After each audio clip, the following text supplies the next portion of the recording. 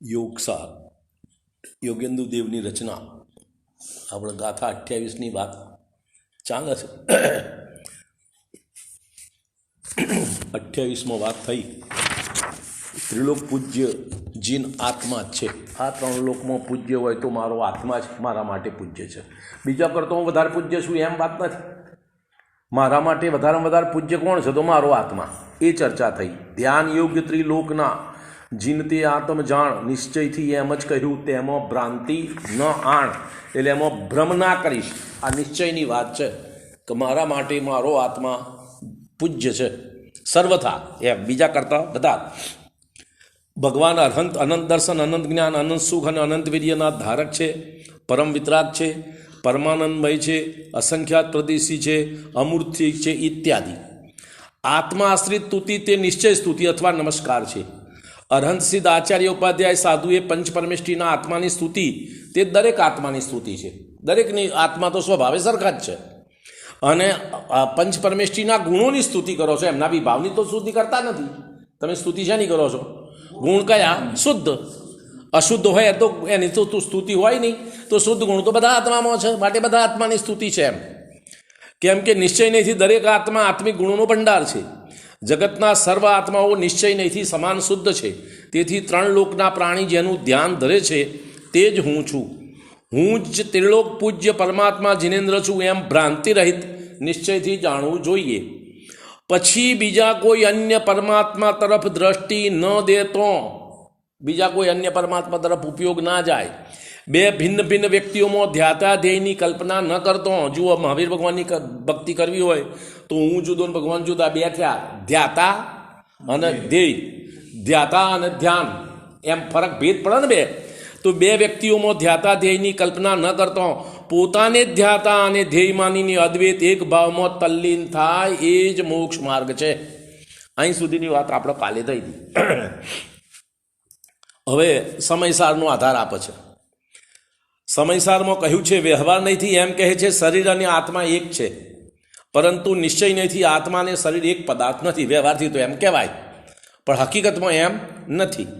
મુનિઓ કેવડી ભગવાનના પૂતગલમય શરીરની સ્તુતિ વ્યવહાર નહીંથી કરીને એમ જ માને છે કે અમે કેવડી ભગવાનની સ્તુતિ અથવા વંદન કરી, પરંતુ નિશ્ચય નથી. આ સ્તુતિ બરોબર નથી. ભગવાનના ગુણોનું, બાહ્ય ગુણોનું, શરીરના ગુણોનું, શરીર આશ્રિત વૈભવોનું, સમોષણ આદિનું, એમને સમચતુરસ્થ સંસ્થાન, વૃજવરસભનાશા, સહનન આદિ શરીરની અવસ્થાઓનું વર્ણન જે બધું કરો છો એ વ્યવહાર સ્તુતિ છે. ખરેખર એ નિશ્ચય સ્તુતિ નથી. કેમ કે શરીરના ગુણ કેવડી ભગવાનના આત્માના ગુણ નથી. નિશ્ચયથી જે કેવડી ભગવાનના આત્માની સ્તુતિ છે તે જ કેવડીની સાચી સ્તુતિ છે. જેમ કે એમ કહેવું કે જે મોહને જીતીને જ્ઞાન સ્વભાવથી પૂર્ણ આત્માનો અનુભવ કરે છે તે જીતમો છે, એ જીનેન્દ્ર ભગવાનની નિશ્ચયથી સ્તુતિ થઈ. અને શરીર આદિનું જે વર્ણન કરે છે વ્યવહાર સ્તુતિ, એ સાચી સ્તુતિ નથી. એમ પરમાર્થના જ્ઞાતા કહે છે. આવું કોણ કહે છે? કે પરમાર્થના જ્ઞાની, એટલે કેવલી કહે છે નિશ્ચય સ્તુતિ આત્મા ઉપર લક્ષ્ય અપાવે છે, તેથી સાચી છે. નિશ્ચય સ્તુતિથી તમારો ઉપયોગ આત્મા તરફ જાય, માટે સાચી છે. અને વ્યવહાર સ્તુતિ તમને બહાર ઉપયોગ લઈ જાય, માટે યોગ્ય નથી. એમ હોય ખરી, વ્યવહાર સ્તુતિ નહીં હોય એમ નથી કહેતું, પણ બેમાં સાચું શું, તમારા માટે શું મહત્વનું છે એની ચર્ચા. હવે અહીંયા આગળ કહે છે કે મિથ્યા દ્રષ્ટિના વ્રતાદી મોક્ષ માર્ગ નથી.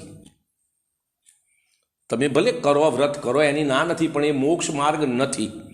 જ્યાં લગી એક ન જાણ્યો, એક તમારો ધ્રુવ સ્વભાવ છે, એને તમે જ્યાં સુધી જાણ્યો નથી.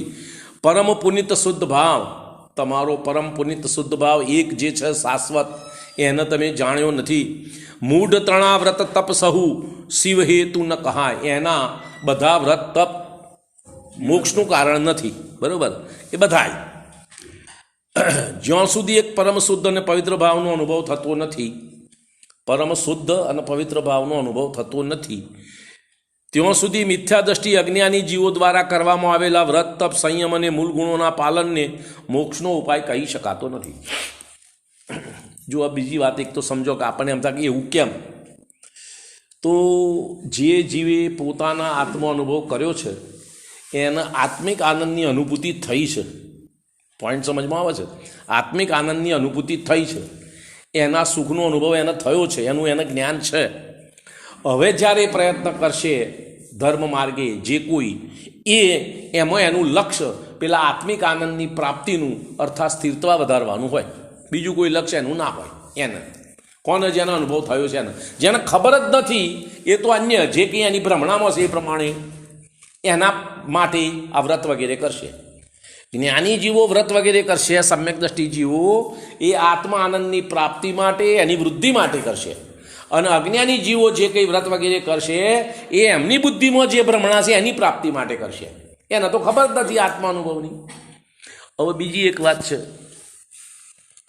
મોક્ષ માર્ગ આનંદનો માર્ગ છે. પહેલું તો આ તમે સમજો, હું તમે બધાએ આપણે સમજવાની જરૂર. મોક્ષ માર્ગ આનંદનો માર્ગ છે, સુખનો માર્ગ છે, દુઃખનો માર્ગ નથી.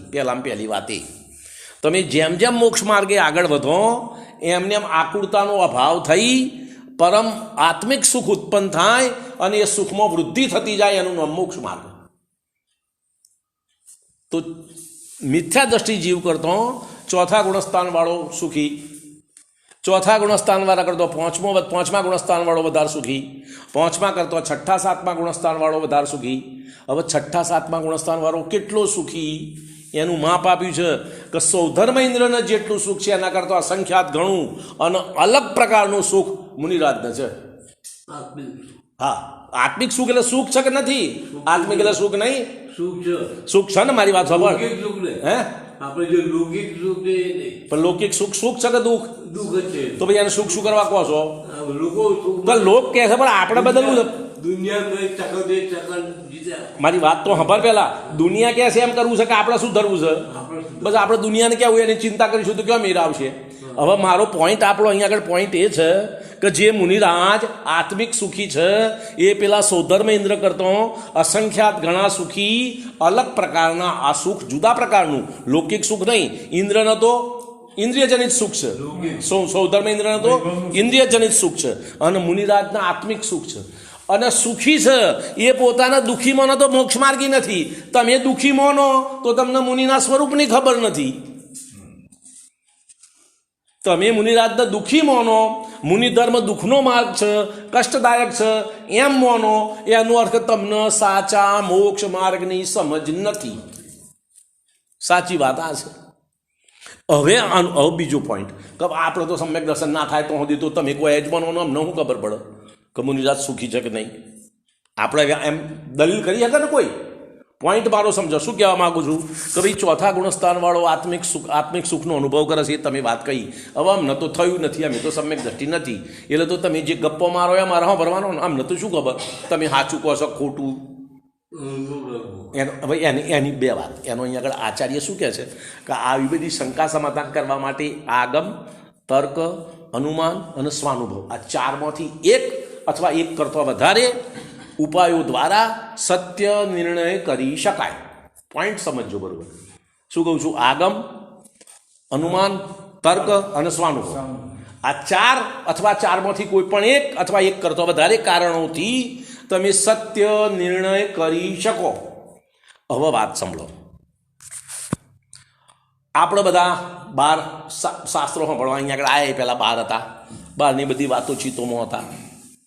હવે અત્યારે શાસ્ત્ર સાંભળવા બેઠા છીએ તો આત્માના લક્ષ્ય ચિંતન મનનની ચર્ચા, આત્માના સ્વરૂપની વાત, એના ગુણની વાત, એના સંયોગોની વાત, જે આત્મા હોય આ મોક્ષમાં પ્રાપ્ત કર્યો છે એવા મહાપુરુષો, જ્ઞાની, પંચપરમેષ્ઠીની વાત, એ બધી ચર્ચા અત્યારે આપણે કરી રહ્યા છીએ.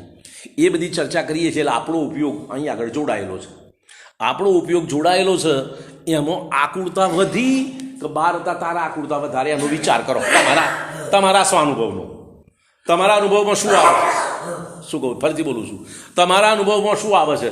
અહીંયા આગળ છો તારા આકુળતા વધારે છે કે બાર હતા તારા આકુળતા વધારે છે? અહીંયા ઉપયોગ જોડાયેલો હોય તો, ઉપયોગ ના જોડાયેલો હોય તો કોઈ વાત નહીં, એની વાત નથી.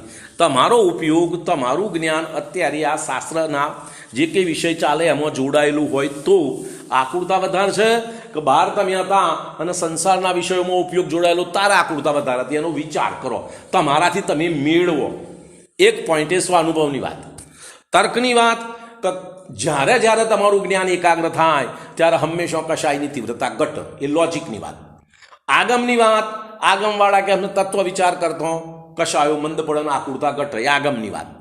તો આગમ, તર્ક, સ્વાનુભવ અને અનુમાન કે ભાઈ મહાપુરુષો આ પ્રમાણે શાંત બેઠા છે, એમના પાસે કોઈ વસ્તુ નથી, કોઈ દ્રવ્ય નથી, કોઈ પ્રકારની નથી, છતાં મોં ઉપર આટલું બધું તેજ કેમ છે એમને?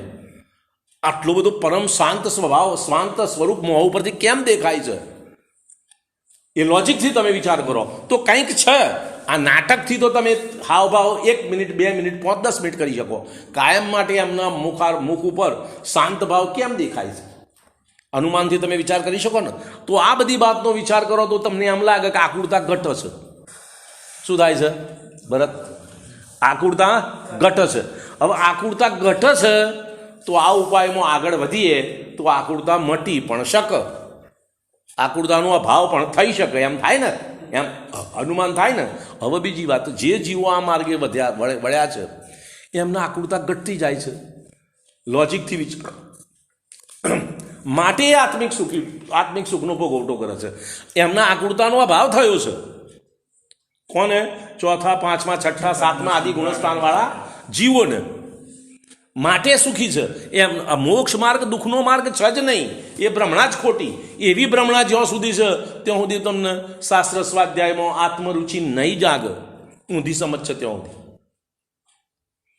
આ સુખી થવાનો માર્ગ છે. સમજવા માટે જ્યાં સુધી નહીં આવે ત્યાં સુધી તમને એ વાત નહીં બેસે. એ વાત બરોબર છે, બરોબર. હવે કહે છે કે હવે અહીંયા આપણો પોઈન્ટ આ છે કે મિથ્યા દ્રષ્ટિના વ્રત આદિ મોક્ષ માર્ગ કેમ નથી?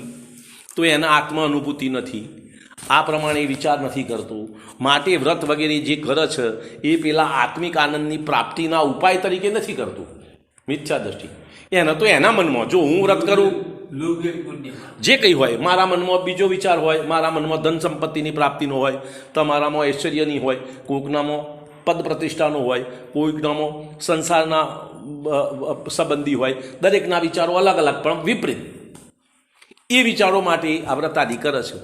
માટે એને કદાચ પુણ્ય બનતો થશે પણ મોક્ષ માર્ગ નથી. કારણ કે મોક્ષ માર્ગ તો આત્મિક પ્રાપ્તિ માટેનો ઉપાય છે, એનું નામ મોક્ષ માર્ગ. હવે એ વાત તો તારી સમજમાં નથી, એ હેતુ તારા સમજમાં નથી, તો તું શી રીતે કરું છું? બરોબર. એટલા માટે કહે છે કે મિથ્યા દ્રષ્ટિ અજ્ઞાની જીવો દ્વારા કરવામાં આવેલા વ્રત, તપ, સંયમ અને મૂળ ગુણોના પાલનને મોક્ષનો ઉપાય કહી શકાતો નથી. એમને પાલન નહીં કરવું એવો ઉપદેશ નથી. મિથ્યા દ્રષ્ટિ જીવોએ વ્રતાદિ અંગીકાર નહીં કરવો એમ ઉપદેશ નથી. પણ તમે જે વ્રત વગેરે કરો છો એનો મોક્ષ માર્ગ નથી, એ મોક્ષ માર્ગનો ઉપાય નથી એમ સમજો. તો શું આ વાત તમે સ્વીકાર કરો તો તમે જે કંઈ વ્રત કરતા હોય તમારી અનુકૂળતા પ્રમાણે, યોગ્યતા પ્રમાણે, રુચિ પ્રમાણે અથવા તમારા વેગ પ્રમાણે, તો પછી એમાં તમે વિચાર કરવા ઊભા રહેશો કે ભાઈ હવે આપણે કરીએ છીએ આ મોક્ષ માર્ગ નહીં તો મોક્ષ માર્ગ શું, આપણે કરીએ છીએ એમાં ભૂલ શું, એ ખોળવાની શરૂઆત થાય. અને તો આજે ને કાલે તમે સમ્યક માર્ગે આવી શકો, સાચા માર્ગે આવી શકો. કબૂલ કરો તો શરૂઆત થાય. બરોબર. નિશ્ચયથી શુદ્ધાત્માનો ભાવ જ મોક્ષનો માર્ગ છે. શું છે? નિશ્ચયથી શુદ્ધાત્માનો ભાવ જ મોક્ષનો માર્ગ છે. શુદ્ધોપયોગની ભાવના ન ભાવતો અને શુદ્ધ તત્વનો અનુભવ ન કરતો જે કંઈ વ્યવહાર ચારિત્ર છે તે મોક્ષ માર્ગ નથી. શુદ્ધોપયોગની ભાવના ના ભાવ અને શુદ્ધ તત્વનો અનુભવ ના કરે એ સિવાયનું જે કંઈ વ્યવહાર ચારિત્ર છે એ મોક્ષ માર્ગ નથી. પોઈન્ટ તો એ જ આવ્યો ને આપણે કે તમે એના કોના માટે કરો છો? આ વ્રત તમારે શું પ્રાપ્ત કરવું છે?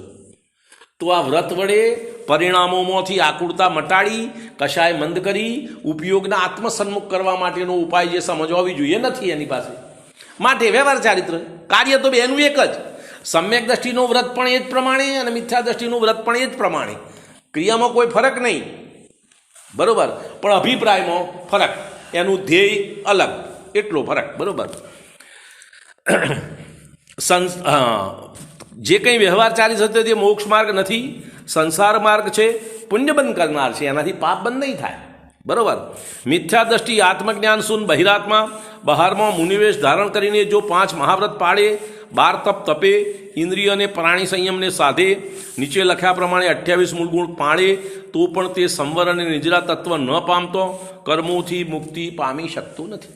કરે તો ખરા. જો દ્રવ્યલિંગી મુનિરાજ કહે પેલા થયા આપણે નથી થયા, આગલા ભવ ભ્રમણની અંદર આપણે ઘણીવાર દ્રવ્યલિંગી મુનિ થયા છીએ. દ્રવ્યલિંગી મુનિ કેવા?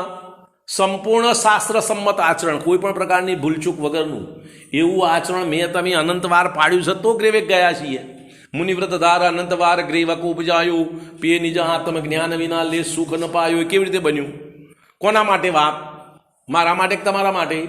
બધા જીવોની વાત છે. આ કીડીના જીવની વાત, મારી વાત, તમારી વાત, સર્વ જીવોની વાત. બરોબર. તો કે આવો નિર્જરા ન પામતો કર્મોથી મુક્તિ પામી શકતા નથી.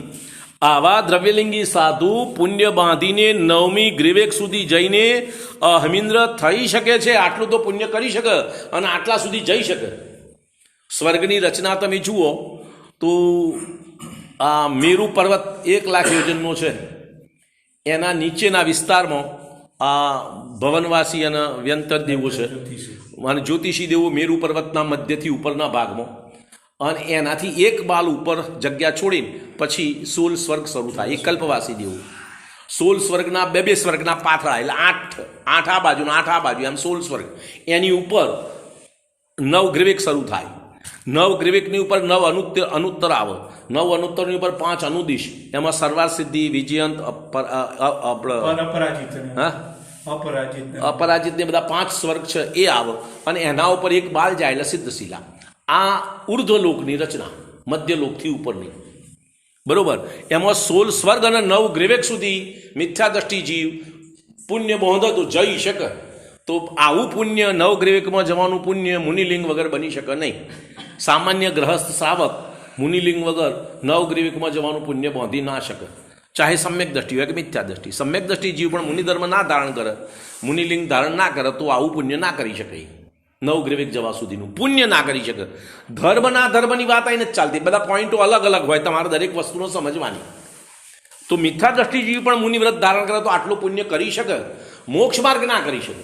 9મી ગ્રીવેક સુધી સમ્યક દ્રષ્ટિ બી હોય છે, હોય અને મિથ્યા દ્રષ્ટિ. મારી વાત સાંભળો. અહીંયા આગળ આપણે શું છે, મિથ્યા દ્રષ્ટિ જીવની મેક્સિમમ લિમિટ અહીં બતાવી, સમ્યક દ્રષ્ટિની મેક્સિમમ લિમિટ ત્યાં સર્વાત સિદ્ધિ કહીશું.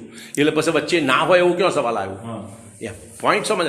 સમ્યક દ્રષ્ટિ જીવની લિમિટ કહીએ તો સમ્યક દ્રષ્ટિ તો ભવંતરિકમાં ના જાય, બાકી પહેલા સ્વર્ગમાં જાય, બીજામાં જાય, ત્રીજામાં જાય, ચોથામાં જાય, 5મા 16 સ્વર્ગમાં જાય, 9 ગ્રીવેકમાં જાય, અનુત્તરમાં જાય, અનુદિશમાં જાય, સર્વાર સિદ્ધિ સુધી જઈ શકે.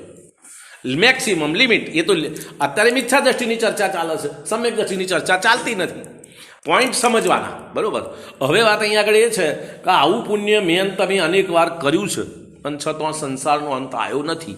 એનો અર્થ એમ છે કે આત્મજ્ઞાન વગરનું જે કંઈ કાર્ય છે, જે કંઈ ક્રિયાઓ છે, જે કંઈ પ્રવૃત્તિ છે, જે કંઈ વ્રત છે, એ પુણ્યબંધના કારણ ભલે હો, મોક્ષ માર્ગ નથી. એ વાત અહીંયા આપણે ચાલે છે. આવા દ્રવ્યલિંગી સાધુ પુણ્યમાદીને 9મી ગ્રીવેક સુધી જઈને હમિન્દ્ર થઈ શકે, પરંતુ સંસારથી પાર ઉતરનાર સમ્યક દર્શન વિના અનંત સંસારમાં જ ભ્રમણ કરે છે. સંસારથી પાર ઉતરી શકતા નથી સમ્યક દર્શન વગર. અને અહમિન્દ્ર થયા પછી શું? બીજો ભાવ શું, આગળનો ભાવ શું? એમ પોઈન્ટ સમજમાં આવે છે. દાખલા તરીકે હું દોણ ચોરી કરીને પૈસા કમાયો, કે પૈસા કમાયો દોણ ચોરીથી પછી શું? કાયદામાં પકડાય તારી શું દશા થાય? જેલ ભેગો થાય, શું થશે? એમ અહમિન્દ્ર પદ કર્યું, સમ્યક દર્શન નથી, પછી શું? આગલો ભાવ કયો? મુનિ દેવ પછી, અહમિન્દ્ર દેવ ગતિના પદ પછીનો આગલો ભાવ શું? તા કે એનું કોઈ ઠેકાણું નહીં, ગમે તો જાય. એક કેન્દ્રીયમાં જાય ને ત્રસમાં જાય ને. શું? હા જાય ને, જઈ શકે. હા દ્રવ્યલિંગી જઈ શકે. વધારેમાં વધારે 9મા ગ્રીવેક સુધી જઈ શકે. કોણ? કે જે શાસ્ત્ર સંમત બરોબર 28 મૂળ ગુણોનું કોઈ પણ પ્રકારના દોષ લગાડ્યા વગર પાલન કરે છે, એવા દ્રવ્યલિંગી મુનિઓ પણ 9 ગ્રીવેકમાં જઈ શકે. ગ્રીવેક 9 છે, 9માંથી ગમે તેમાં જઈ શકે, છેલ્લામાં છેલ્લા 9મા સુધી જઈ શકે. એમ હવે વાત અહીંયા આગળ એ છે, પરંતુ સંસારથી પાર ઉતારનાર સમ્યક દર્શન વિના અનંત સંસારમાં જ ભ્રમણ કરે છે. વ્યવહાર ચારિત્રને નિમિત્ત માત્ર અને બાહ્ય અવલંબન માત્ર માનીને નિશ્ચય ચારિત્રને ઉપાદાન કારણ મારીને જે સ્વાનુભવનો અભ્યાસ કરશે તે નિર્વાણનો માર્ગ પામી શકશે. પોઈન્ટ સમજો, અહીં વાત આપી. વ્યવહાર ચારિત્ર નિમિત્ત માત્ર મોને ઉપાદાન નહીં, નિમિત્ત માત્ર, બરોબર. બાહ્ય આલંબન માત્ર, વ્યવહાર ચારિત્ર કેવું આલંબન, નીચે ના પડી જવાય એના માટે વ્યવહાર છે. વ્યવહાર તમને નીચે પડતા રોકે છે અને નિશ્ચય ઉપર તરફ ગતિ કરાવે છે. આટલો ફરક ફરીથી બોલું છું. નિશ્ચય વ્યવહાર નીચે પડતા રોકે છે અને નિશ્ચય ઉપર ગતિ કરાવે. વ્યવહાર ઉપર ના લઈ જાય, નીચે પડતા રોકે. ઉપર જવા માટે તો નિશ્ચય જ જોઈએ, બરોબર. તો કે એના આલંબન માત્ર માનીને, નિશ્ચય ચારિત્રને ઉપાદાન કારણ માનીને, આ ત્રણેય વસ્તુ વ્યવહાર ચારિત્ર માન, બાહ્ય ક્રિયાને આલંબન માત્ર માન, નિશ્ચય ચારિત્રને ઉપાદાન કારણ માન, જે સ્વાનુભવનો એમ માનીને જે સ્વાનુભવનો અભ્યાસ કરશે, અભ્યાસ એટલે પ્રેક્ટિસ, વારંવાર સ્વાનુભવ કરવા માટેનો પ્રયત્ન કર્યા કરશે, તે નિર્વાણનો માર્ગ પામી શકશે. બીજા નહીં, વાતો કરવાથી નહીં. આપણે દલીલ કરીએ, તમને શું ખબર, મને ખબર ને તમને ખબર નહીં, ક્યાં ચર્ચા છે? મને ખબર છે કે તમને ખબર છે એની ચર્ચા નથી. હું ને તમે શું કરીએ છીએ એની વાત છે. મારું લક્ષ્ય શું છે, તમારું લક્ષ્ય શું છે, દરેક પોતપોતાનું વિચારો અને જે ભૂલ હોય સુધારો, એમ ચર્ચા છે. પેલાનું ઓમ છે કે પેલાનું ઓમ છે, ચર્ચા જ નથી અહીંયા આગળ, બરોબર. પ્રવચન સારમાં શ્રી કુંકુંદાચાર્ય 28 મૂળગુણ કહે છે. મુનિના 28 મૂળગુણ કયા એની વાત ચાલે છે. 5 મહાવ્રત, 5 સમિતિ, બરોબર. કહું લાઈન સર બોલ. 5 ઇન્દ્રિય વિષય નિરોધ, 6 આવશ્યક, બરોબર. એટલે 5 5 15 ને 6 21 અને 7 ઇતર ગુપ્તીઓમાં આવે. 13 વ્રતમાં આવે. મુનિના 13 વ્રત છે ને એમાં આવે. શ્રાવકના 12 વ્રત ગુપ્તી એમાં આવશે. ફરીથી બોલું. 5 મહાવ્રત, 5 સમિતિ, 5 ઇન્દ્રિય નિરોધ, 6 આવશ્યક અને 7 ઇતર. ઇતરમાં શું આવે છે? 7માં કેશલોચ, નગ્નપણું, સ્નાન ન કરવું, ભૂમિ પર શયન, અદંત ધોવન, દાંત સાફ ના કરવા, ઊભા રહીને હાથમાં ભોજન લેવું, દિવસ રાતમાં 1 વખત દિવસે આહાર લેવો. આ 28 મૂળગુણ સાધુના છે. હવે એનો વિસ્તાર તમે જુઓ. 5 મહાવ્રત તો અહિંસા, સત્ય, અચૌર્ય, બ્રહ્મચર્ય અને પરિગ્રહનો ત્યાગ. પરિગ્રહનો ત્યાગ, બ્રહ્મચર્ય, અંગીકાર, અપરિગ્રહ બોલો, પરિગ્રહ ત્યાગ ના બોલો, ન પરિગ્રહ. તો આ 5 મહાવ્રત. 5 સમિતિ, ઈર્યા સમિતિ, ભાષા સમિતિ, ઈષણા સમિતિ, આદાન નિક્ષેપણ સમિતિ અને વ્યુત્સર્ગ સમિતિ. તો ઈર્યા સમિતિ એટલે જોઈને ચાલવું. ભાષા સમિતિ એટલે આપણે હિત મિત પ્રિય વચન બોલવું. અને ઈષણા સમિતિ એટલે શુદ્ધ આહાર લેવો. આદાન નિક્ષેપણ એટલે વસ્તુને જોઈને મૂકીને તપાસીને મૂકવી અથવા લેવી, એ આદાન નિક્ષેપણ. અને વ્યુત્સર્ગ એટલે મળમૂત્રનો યોગ્ય જગ્યાએ ત્યાગ કરવો, એ વ્યુત્સર્ગ. આ 5 સમિતિ.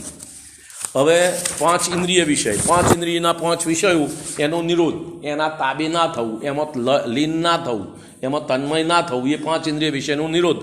અને 6 આવશ્યક નિત્યકર્મ, સામાયિક, પ્રતિક્રમણ, પ્રત્યાખ્યાન, સ્તુતિ, વંદના અને કાયોસર્ગ.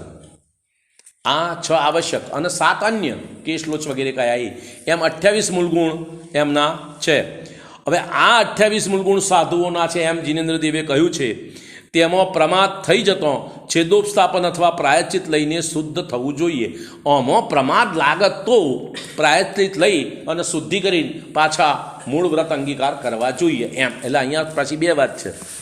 ક્ષમ્ય દોષ હોય એનું પ્રાયશ્ચિત હોય, અક્ષમ્ય દોષનું પ્રાયશ્ચિત ના હોય. અક્ષમ્ય દોષમાં તો પડી જાય, એમાં બીજો રસ્તો નહીં. ક્ષમ્ય દોષ હોય એનું પ્રાયશ્ચિત લઈ શકાય, એને કહેવાય અતિચાર. અને અક્ષમ્ય દોષનું નામ છે અનાચાર. જે દોષની કોઈ પ્રાયશ્ચિત નથી એનું નામ અનાચાર, અને જે દોષનું પ્રાયશ્ચિત છે એવા દોષનું નામ અતિચાર, બરાબર. હવે સમયસારમાં એવા અતિચાર પણ ના લગાવે, નિરતિચાર પાલન કરે. નિરતિચાર, અતિચાર પણ ના લાગે એવું પાલન કરે, એ 9મા ગ્રેવિક સુધી જઈ શકે.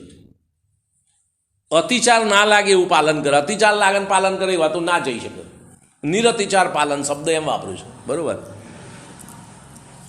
હવે સમયસારમાં કહ્યું છે, જીનેન્દ્રોએ કહ્યું છે કે અભવ્યજી વ્રત, સમિતિ, ગુપ્તી, શીલ, તપ પાળવા છતાં પણ આત્મજ્ઞાન વિના અજ્ઞાની અને મિથ્યા દ્રષ્ટિ જ રહે છે.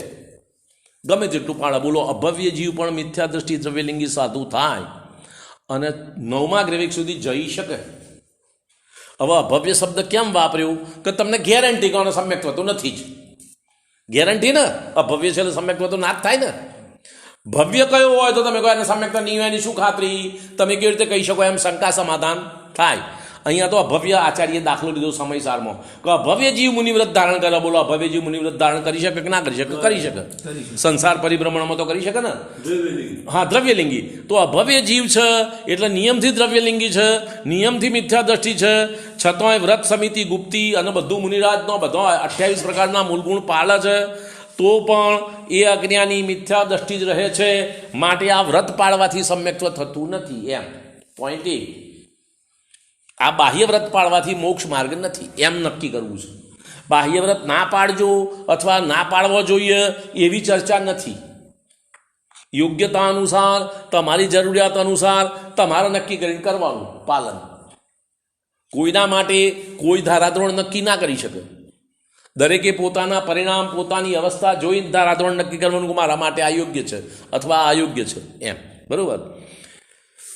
મોક્ષના સ્વરૂપની શ્રદ્ધા ન રાખતો અભવ્ય જીવ ગમે તેટલા શાસ્ત્ર વાંચે પણ તેનું પઠન તેને ગુણકારી થતું નથી. પઠન ખોટું છે, શાસ્ત્ર સ્વાધ્યાય ના કરવો એમ નહીં, પણ જો જીવ બરોબર યોગ્ય પ્રયોજન ના સમજે, એનું સાચું ધ્યેય ના હોય તો શાસ્ત્ર સ્વાધ્યાયનો જેટલો લાભ મળવો જોઈએ એટલો ના મળે એમ વાત છે.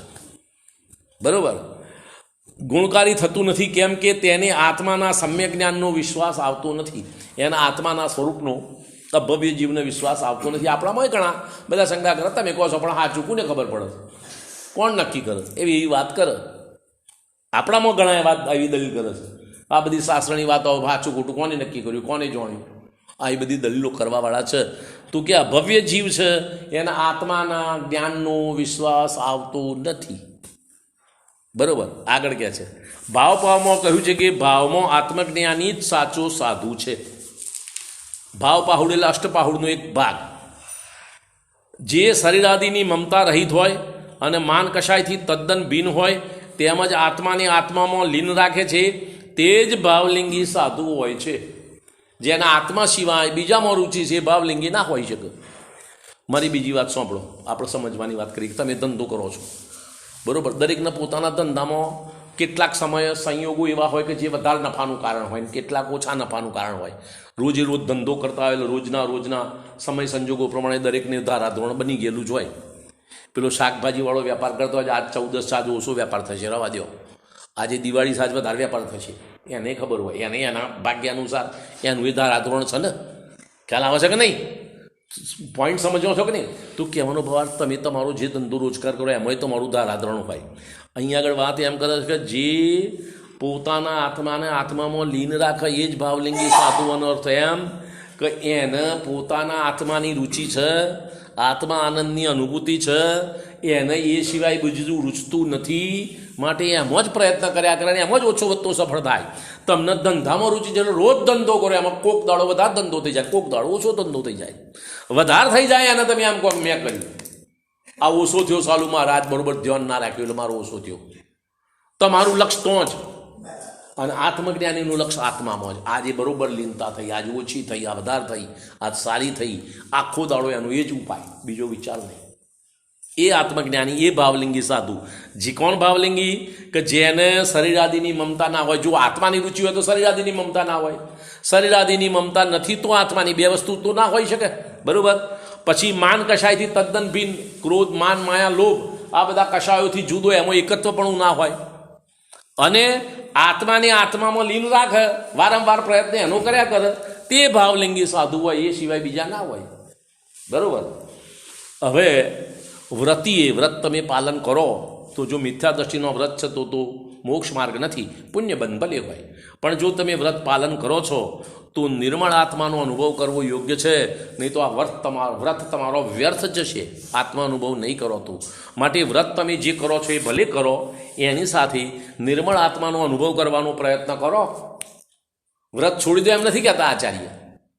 આગળના વ્રત લેતા પહેલાં, આગળ વધતા પહેલાં અત્યારે જે સ્ટેજ ઉપર છો એ સ્ટેજ ઉપર તમે તમારા આત્માના અનુભવ કરવાનો પ્રયત્ન કરો, નહીં તો આ જે કરો છો એ બધું વ્યર્થ છે, તમારું પોગટ જશે એમ.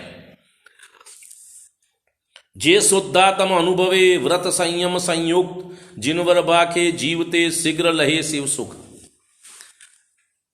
એક તો વાત એ છે કે આ વ્રત જે શ્રાવકના વ્રત અથવા તો તમે જે કંઈ તમારી યોગ્યતા અનુસાર રુચિ અનુસાર સાચા વ્રતો, આત્મજ્ઞાન નથી પણ શાસ્ત્ર સંમત, શાસ્ત્રથી વિરુદ્ધ પ્રકારના નહીં, એવા વ્રત પાલન કરો તો નિયમથી દેવગતિ થવાની શાસ્ત્રની વાત છે, હું નથી કહેતો.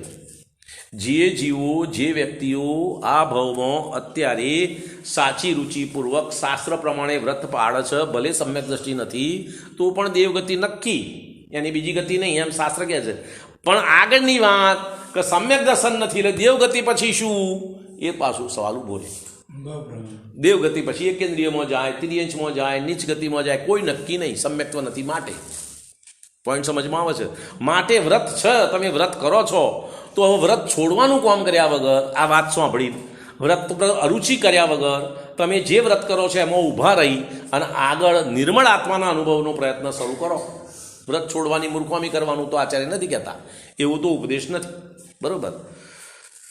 જે શુદ્ધાત્મ અનુભવે વ્રત સંયમ સંયુક્ત, વ્રત સંયમ સાથે જે શુદ્ધાત્માનો અનુભવ કરે છે તે શીઘ્ર મોક્ષની પ્રાપ્તિ કરે, શીઘ્ર લહે શિવ સુખ. જે વ્રત સંયમ સહિત નિર્મળ આત્માનો અનુભવ કરે તે સિદ્ધ કે મુક્તિનું સુખ તરત જ પ્રાપ્ત કરે છે, એમ જીનેન્દ્રનું કથન છે. માટે વ્રતમાં તમે વ્રત જે કંઈ વ્રત પાલન કરતા હોય, તમારી જે દૈનિક ક્રિયા હોય એ બધાને છોડી દેવા કરતાં એને ચાલુ રાખી અને હવે તમારું ધ્યેય ઉપયોગ બદલી તમારા આત્માને અનુભવ કરવાનો, તમારા શુદ્ધ આત્માને જાણવાનો, જોવાનો પ્રેક્ટિસ શરૂ કરો. એ મહત્ત્વનું પદ છે. તો આ તમારું વ્રત અને પેલો આત્મા અનુભવ બે ભેગા થશે તો ઝડપથી મોક્ષની પ્રાપ્તિ થશે. દરેક કાર્યની સિદ્ધિ ઉપાદાન નિમિત્ત કારણથી થાય છે, એકલા ઉપાદાનથી નહીં, એકલા નિમિત્તથી નહીં. દરેક કાર્યની સિદ્ધિ ઉપાદાન અને નિમિત્ત કારણથી થાય છે. ઉપાદાન કારણ તો અવસ્થા પલટીને બીજી અવસ્થારૂપ થઈ જાય છે અને મૂળ દ્રવ્ય ટકી રહે છે. નિમિત્ત કારણ દૂર જ રહી જાય છે. નિમિત્ત કારણ જો ઉપાદાન કારણ પલટી, જે જીવ સંસારી હતું એ પલટીને મુક્ત થઈ જાય, સિદ્ધ થઈ જાય, બીજો જીવ થાય. સિદ્ધ કોણ થાય? જે જીવ સંસારી હતો, જે જીવ મુનિ થયો હતો, જે જીવ સમ્યક્ત્વ સહિત હતો, એ જીવ પલટી કેવળ જ્ઞાની થઈ જાય છે, બીજો તો જીવ થતો નથી. એ વાત કરે છે. ઉપાદાન કારણ તો અવસ્થા પલટીને બીજી અવસ્થા રૂપ થઈ જાય અને મૂળ દ્રવ્ય રૂપે ટકી રહે. દ્રવ્ય તો એનું એ જ, આત્મા એનું એ જ, પણ એની પર્યાય પલટાઈને પોતે મોક્ષ રૂપ થઈ જાય. અને નિમિત્ત કારણ તો બહાર રહી જાય, નિમિત્ત કારણ તો અંદર પ્રવેશ જ નથી કરતું, નિમિત્ત કારણ તો દૂર જ રહી જાય છે. હવે એનું ઉદાહરણ આપે છે. દાખલો, માટીનો ઘડો બન્યો છે, ઘડારૂપી કાર્યનું ઉપાદાન કારણ માટી છે અને નિમિત્ત કારણ કુંભાર, ચાક, દંડ જે કોઈ એ બધા નિમિત્ત કારણ, માટી ઉપાદાન કારણ. બરોબર, બોલું ફરીથી બોલું. માટીનો ઘડો બન્યો છે, ઘડારૂપી કાર્યનું ઉપાદાન કારણ માટી છે. માટીનો પિંડ જ ઘડાની દશામાં બદલાયો. ઘડો શેમાંથી બન્યો? લોંદામાંથી. લોંદો શેમાંથી બન્યો? માટીમાંથી. તો માટી પલટીને ઘડો બની ગઈ. બરોબર. નિમિત્ત કારણ ચાકડો, કુંભાર વગેરે ઘડો બને ત્યાં સુધી સહાયક છે. ઘડો થઈ ગયા પછી બધા દૂર જતા રહ્યા, પછી એનો કોઈ સંયોગ જ નથી. જ્યાં સુધી બને ત્યાં સુધી છે હાજર, એની ના નથી. તો આ વ્રત વગેરે, બાહ્ય ક્રિયા વગેરે, ધર્માયતનો, જીનેન્દ્ર ભગવાનની ભક્તિ પૂજા, બધા બાહ્ય કારણો જ્યાં સુધી મોક્ષની પ્રાપ્તિ થાય ત્યાં સુધી દરેક પોતપોતાની અવસ્થા અનુસાર છે. જેમ જેમ પ્રાપ્તિ આગળ વધતી જાય એમ નીચેના કારણ છૂટતો જાય. જો કુંભારના દાખલામાં વિચારો એટલે તમને થોડો ખ્યાલ આવે. કુંભાર જ્યારે માટીનો લોંદો મૂકતા પહેલો દંડ વડે ચાકને ગોળ બરોબર તાકાતથી ફેરવ, પેલો લોંદો ના મૂકી દે. પોઈન્ટ સમજમાં આવે છે? પહેલાં ગોળ બરોબર ફોરવ, બહુ ગતિમાં આવી જાય ચાક, એ પેલું એનો ચાક કેને પૈડું છે એ ઘણી ગતિમાં આવી જાય પછી દંડને છોડી દે, લાકડીને મૂકી દે એક બાજુ, અને લોંદો લઈને એ ચાક ઉપર મૂકે અને પછી હાથથી એની કારીગરીથી એનો ગળો બનાવે. ગળો બની ગયો એટલે દોરીથી નીચેથી કાપી અને ઊંચો કરીને બહાર મૂકી દે. પછી ચાકે છૂટો, દંડે છૂટો, અને ગળો બહાર મૂક્યો પછી કુંભારે છૂટો. એમ થયું ને? અવસ્થા અનુસાર નિમિત્ત છૂટતો ગયો. પહેલું નિમિત્ત દંડ છૂટ્યો, બીજું નિમિત્ત ચાક છૂટ્યો, ત્રીજું નિમિત્ત કુંભાર છૂટ્યો. નિમિત્ત છૂટ્યો ને વારા ફરતી. જેમ જેમ અવસ્થામાં આગળ વધતા ગયા એમ શરૂઆતની અવસ્થામાં બાહ્ય વ્રત છૂટે આગળની અવસ્થામાં ધ્યાનમાં કર્મો છૂટે, એનાથી આગળ અવસ્થા જાય પછી શરીર છૂટે, ધીમે ધીમે છૂટતું જાય છે ને ક્રમથી. તમે મોક્ષ માર્ગી જીવોનું જુઓ, મોક્ષ માર્ગી જીવો કેવી રીતે જાય છે જુઓ તો પહેલાં બાહ્ય વ્રત વગેરે છૂટી જાય, ધ્યાનસ્થ થઈ જાય 7મા ગુણસ્થાનમાં, પછી 8મા આદિ ગુણસ્થાનમાં જાય તો બાહ્ય કર્મનો અભાવ થઈ જાય, કર્મનો ક્ષય થઈ જાય, કર્મનો ક્ષય થયા પછી 13મા ગુણસ્થાનમાં કેવળ જ્ઞાન ઉપજે અને 14મા ગુણસ્થાનમાં શરીરનો અભાવ. વારાફરતી ક્રમસર કારણો છૂટે છે ને, ક્રમસર, અક્રમપણે નહીં. દરેક જીવના આ જ ક્રમમાં છૂટવાના. જે જીવ મોક્ષ માર્ગે આગળ વધે એને દરેકના આ જ મર્યાદાથી, આ જ ક્રમમાં કારણો, નિમિત્ત કારણો છૂટતા જાય. નિમિત્ત કારણ બહાર રહે અને ઉપાદાન કારણ પલટીને અવસ્થા રૂપે થઈ જાય. એનો એ જીવ મુનિ થયો, એનો એ જીવ ધ્યાનસ્થ થયો, એનો એ જીવ કેવડી થયો, એનો એ જીવ સિદ્ધ થયો. જીવ ના બદલાય, એ પોતે અવસ્થા પલટાઈ જાય, એની દશા બદલાઈ જાય. જીવ એનો એ જ રહે. માટીમાંથી લોંદો થયો, લોંદેમાંથી ઘડો થયો, પણ માટી એની એ જ ચલાયો એમ. એવી જ રીતે નિર્વાણ રૂપી કાર્ય માટે ઉપાદાન કારણ પોતાના જ શુદ્ધાત્માનું ધ્યાન છે અને નિમિત્ત કારણ વ્યવહાર, વ્રત, સંયમ, તપ આદિ છે. આ બધો વ્યવહાર કારણ છે, એ બધો બહાર રહી જશે. જેમ જેમ અવસ્થામાં આગળ વધે એમ બધું છૂટી જશે. આ મુનિરાજના 28 મૂળ ગુણનું પાલન 6ઠ્ઠા ગુણસ્થાનમાં, 7મા ગુણસ્થાનમાં કશાનું પાલન નહીં, તો ધ્યાનસ્થ અવસ્થા, તો કોઈ વસ્તુનું પાલન નહીં. અને 8મા આદિ ગુણસ્થાનમાં જાય તો એ બધાનું છૂટી જાય. એ બધા એનાથી વધારે વિચારો, ચિંતન, મનન બધામાં ફરક પડતો જાય, મનના વિકલ્પો બદલાઈ જાય. એ તો એના ગુણસ્થાનની ચર્ચા કરીએ ત્યારે એ વાત સમજાય, બરાબર. તો કહેવાનો ભાવાર્થ એમ છે કે એવી જ રીતે નિર્વાણરૂપી કાર્ય માટે ઉપાદાન કારણ તો પોતાનું જ શુદ્ધાત્માનું ધ્યાન છે. નિમિત્ત કારણ વ્યવહાર, વ્રત, સંયમ, તપ આદિ છે. વ્રત, સંયમ, તપ આદિના નિમિત્તે અને આલંબને જ્યારે આત્માનું ધ્યાન થાય અને ભાવોમાં શુદ્ધતા વધે ત્યારે જ સંવર નિજરા તત્વ પ્રગટે. જ્યારે ભાવોમાં શુદ્ધતા પ્રગટ, આત્મા તરફ ઉપયોગ તન્મય થાય તો સંવર અને નિજરાના પરિણામો પ્રગટ થાય. એને ભાવ સંવર, ભાવ નિજરા કે એના કારણે બાહ્ય 8 પ્રકારના કર્મનો દ્રવ્ય સંવર, દ્રવ્ય નિજરા થાય. તેથી અહીં કોઈ વ્રત સંયમ સહિત થઈને નિર્મળ આત્માનું ધ્યાન સિદ્ધ સુખનું સાધન છે. વ્યવહાર ચારિત્રની એટલા માટે જરૂર છે કે મન વચન કાયાને વશ રાખવાની જરૂર છે. જ્યાં સુધી આ ચંચળ રહે ત્યાં સુધી આત્માનું ધ્યાન સહિત થઈ શકતું નથી. કોણ ચંચળ રહે તો સુધી ના થાય ધ્યાન? મન, 3 કયા? મન વચન ને કાયા. હે, મન વચન ને કાયા. તો મન વચન કાયા તો શરીર છે, શરીરના અંગો છે. તો મન વચન કાયા દ્વારા જ્યાં સુધી તમારો ઉપયોગ વેપાર કરે, તમારું જ્ઞાન જોડાય ત્યાં સુધી જ્ઞાનની ચંચળતા મટે નહીં, જ્ઞાનની એકાગ્રતા ના થાય. તો મન વચન કાયામાં ઉપયોગને પાછો વાળવો પડે. એનું નામ મન વચન કાયાનો ત્યાગ. મન વચન કાયાનો ત્યાગ એટલે મન કાઢીને ફેંકી દેવાનું, શરીર કાઢીને ફેંકી દેવાનું, એમ ત્યાગ નહીં. એનાથી ઉપયોગ પાછો લાવવો એનું નામ ત્યાગ, બરોબર. તો મન વચન કાયાને વશ રાખવાની જરૂર છે. જ્યાં સુધી આ ત્રણેય ચંચળ રહે ત્યાં સુધી આત્માનું ધ્યાન થઈ શકતું નહીં. ચંચળ રહે એટલે જ્યાં સુધી આ મન વચન કાયા દ્વારા ઉપયોગનું પરમો જોડાવાનું બને એ વારાફરતી પલટાયા કરે. એક જગ્યાએ સ્થિર ના રહે, એકલા મનમાં ના રહે, એકલા વચનમાં ના રહે, એકલા શરીરમાં ના રહે, ત્રણેયમાં પલટાયા કરે. તો એ ચંચળતા છે. એ ચંચળતા મટાડવી હોય તો ઉપયોગને પાછો વાળવો પડે, બરાબર. આત્માના ધ્યાન માટે એકાંત સ્થાનમાં સ્થિર જઈને શરીરને નિશ્ચળ રાખવું પડે. આ બધી વ્યવહાર ક્રિયા. વચનોનો ત્યાગ કરવો પડે, જગતના પ્રાણીઓ સાથેનો વાર્તાલાપ છોડવો પડે, પાઠ ભણવાનું છોડવું પડે, જપ કરવાનું છોડવું પડે, બિલકુલ મૌન રહેવું પડે, મનનું ચિંતન છોડવું પડે ત્યાં સુધી કે આત્માના ગુણોનો વિચાર પણ છોડવો પડે. આત્મા સંબંધી પણ વિકલ્પો નહીં કરવાના તો ધ્યાન થશે, બરાબર. જ્યારે ઉપયોગ મન વચન કાયાથી ખસીને કેવળ પોતાના જ શુદ્ધાત્મામાં શુદ્ધ જ્ઞાનના બળથી અથવા શુદ્ધ નિશ્ચયના પ્રતાપે જામે ત્યારે જ મોક્ષનું સાધન બને, ત્યારે જ સ્વાનુભવ થાય. મન વચન કાયા દ્વારા મારો તમારો ઉપયોગ અત્યારે સામાન્ય રીતે નિયમથી વારાફરતી મનમાં, વચનમાં, કાયામાં, મનમાં, વચનમાં, કાયામાં એમ આડો ભમ્યા કરે છે. ઉપયોગ એટલે જ્ઞાનનું વેપાર. એ ત્યાંથી પાછું વળે અને આત્મામાં જોડાય. એમાં શરીરના સ્થિરતા કરવી પડે, એ શરીરની. વચનની સ્થિરતા મૌન અને મનની સ્થિરતા વિકલ્પોનો અભાવ. મન દ્વારા બીજા બધા પરપદાર્થના વિકલ્પો તો છોડ્યા, આત્માના વિકલ્પો એ નહીં કરવાના.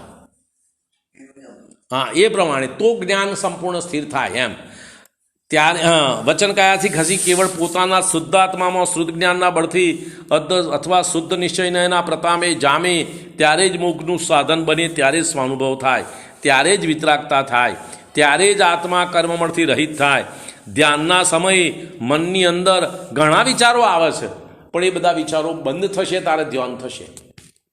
તમે ધ્યાન કરવા બેસો તો આ મનમાં વિચારોનું ઘણો વેગ ચાલે, કારણ કે વચન કાયાનો વેપાર બંધ થઈ ગયો, એટલે ઉપયોગ તો મન દ્વારા જ ચાલવાનો, એટલે એમાં વેગ વધે. હવે એ બધું બંધ થશે તો ઉપયોગ આત્મામાં જોડાશે. જ્યાં સુધી મન દ્વારા ઉપયોગનો વેપાર ચાલુ છે ત્યાં સુધી આત્મ ધ્યાન નહીં થાય એમ. તેમાં હવે આમાં આ બધા વિચારોની પ્રક્રિયા, હવે જેમ પેલા કુંભારનો દાખલો આપ્યો, પેલો દંડ છૂટી જાય, લાકડી છૂટી જાય, પછી ચાક છૂટી જાય, પછી પિંડ છૂટી જાય, એમ ક્રમથી છૂટે ને.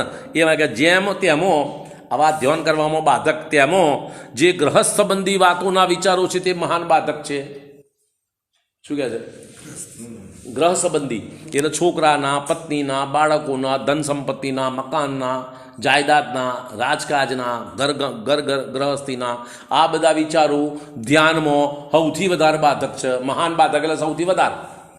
બરોબર. આગળ હિંસા, અસત્ય, ચોરી, કુશીલ પરિગ્રહની ચિંતા ધ્યાનમાં હાનિકારક છે. આના કરતાં ઓછા બાધક તો છે, પણ પેલા વધારે પહેલાં છોડવાના, પછી આ છૂટ. બરોબર. પછી તેથી સાધુ પુરુષોએ પાંચે પાપોનો પૂર્ણપણે ત્યાગ કરે છે. ગ્રહસ્થના વેપાર આદિ કંઈ કરતા નથી. સાધુ કેવળ ધાર્મિક વ્યવહાર કરે છે. સાધુ શું કરે છે? ધાર્મિક વ્યવહાર. ધર્માય તનનું નિમિત્ત. તો શું કહે છે? શાસ્ત્ર પઠન, ઉપદેશ, વિહાર, શિષ્યોને ઉપદેશ, સંતોષપૂર્વક આહાર. ધ્યાનના સમયે આ શુભ કાર્યોના વિચાર આવી શકે. જુઓ, પેલા ગ્રહસ્થ સંબંધી વિચાર હતા, હિંસા, જૂઠ, ચોરી, કુશીલ પરિગ્રહના વિચાર હતા, એ બધા તો છૂટી ગયા. હવે ધર્મ સંબંધી કાર્યોના વિચાર આવી શકે. બરાબર. આ વિચાર ધ્યાન જમાવવા માટે કોઈ વાર નિમિત્ત સાધક બની જાય, પરંતુ આ વિચારો બંધ થયા વિના ધ્યાન થતું નથી. પેલા વિચારો છોડશો, ગૃહસ્થના, ધંધાના, રોજગારના, હિંસા, જૂઠ, ચોરી, કુશીલ પરિગ્રહના, તો આ શાસ્ત્ર સ્વાધ્યાય, ધર્મના ઉપદેશની વાત, ભગવાનના સ્વરૂપની વાત, આ બધા વિચારો આવશે ના નથી, પણ એ વિચારો બંધ નહીં થાય ત્યાં સુધી ધ્યાન નહીં થાય. બરાબર. આગળ જો કોઈ વ્યવહાર ચારિત્ર ન પાડે, લૌકિક વ્યવહારમાં ચોંટ્યો રહે, તો તેનો ઉપયોગ આત્મામાંથી થશે નહીં.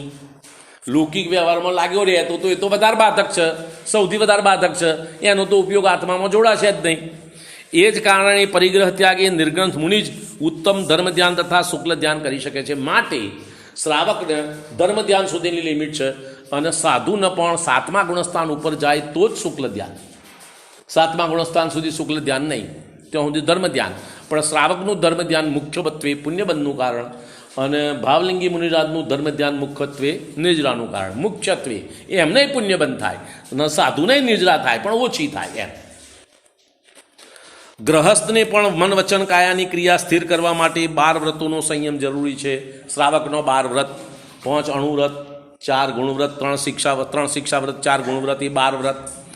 પરિગ્રહ જેટલો ઓછો હશે એટલી જ ચિંતા મનમાં ઓછી થશે. જેટલો પરિગ્રહ ઓછો હશે એટલું મનનું એકાગ્રપણું જલ્દી થશે. તમારી યોગ્યતા કરતો પરિગ્રહ ઓછો જોઈએ, બીજા કરતો ઓછો એમ નહીં. આ નિયમ આપણે ઊંધો કરીએ છીએ. ભાઈ પેલા પાસે તો 15 લાખ છે, મારી પાસે તો 10 જ છે, એમ નહીં. તારી યોગ્યતા કરતો પરિગ્રહ ઓછો, એનું નામ ઓછો પરિગ્રહ. બીજાની કમ્પેરિઝનની વાત અહીં નથી. બરાબર. પરિગ્રહ જેટલો ઓછો હશે એટલી જ ચિંતા મનમાં ઓછી થશે. કેવળ વ્યવહાર ચારિત્રથી, મુનિ અને શ્રાવકના વેશથી મોક્ષનું કંઈ પણ સાધન નહીં થાય. આ બાહ્યમાં મન, વચન, કાયાના વેપારોને અટકાવવા માટે જે કંઈ જરૂરી છે એનું ત્યાગ, ગ્રહણ વગેરે જે કરવા યોગ્ય હોય એ નહીં કરો ત્યાં સુધી ધ્યાન થશે નહીં. ધ્યાન નહીં થાય ત્યાં સુધી ધર્મની શરૂઆત થશે નહીં. સમય થઈ ગયો છે.